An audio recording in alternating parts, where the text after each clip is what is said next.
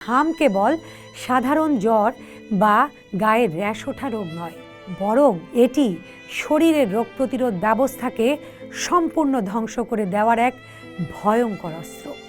বিশ্ব স্বাস্থ্য সংস্থা এবং ল্যান্সেট জার্নালের বিভিন্ন গবেষণা বলছে, যারা হামের টিকায় একটি ডোজও পায়নি বা মাত্র এক ডোজ পেয়েছে, তাদের শরীর ইমিউন অ্যামেনশিয়া বা রোগ প্রতিরোধ ক্ষমতা বিস্মৃতিতে আক্রান্ত হয়।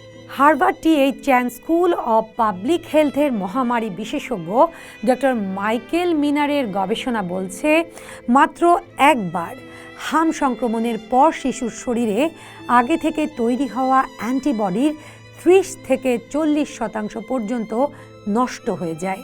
আমেরিকান সোসাইটি ফর মাইক্রোবায়োলজি বলছে, হাম সংক্রমণের পর রোগ প্রতিরোধ ক্ষমতা 2 থেকে 3 বছর পর্যন্ত দমিত থাকে। এর অর্থ হলো, হামের ভাইরাস শরীরের সেই স্মৃতিকোষগুলোকে ধ্বংস করে দেয়, যা আগে থেকে অন্য রোগের বিরুদ্ধে লড়াই করতে শরীরকে প্রস্তুত রেখেছিল।